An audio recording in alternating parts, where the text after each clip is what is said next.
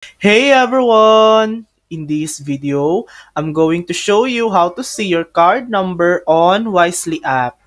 When you open the latest version of the Wisely app and sign in, you can tap on your debit or credit card to view some details. You'll be able to see things like your account and routing numbers, the ability to freeze your card, and your cardholder name.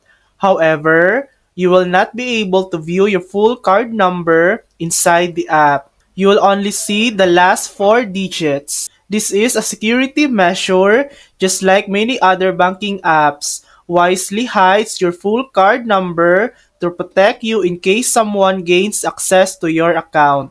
If the full number were visible, someone could make unauthorized purchases in your name. So, is there a workaround?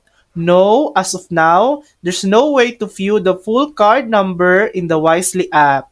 If you've lost your card or need the number, freeze the card in the app. Then, contact Wisely customer support for further help. Remember, the only way to see the full card number is looking at the physical card itself. And that's it. That's how to see your card number on Wisely app. Thanks for watching. If this video helped you, please like and subscribe for more helpful tutorials.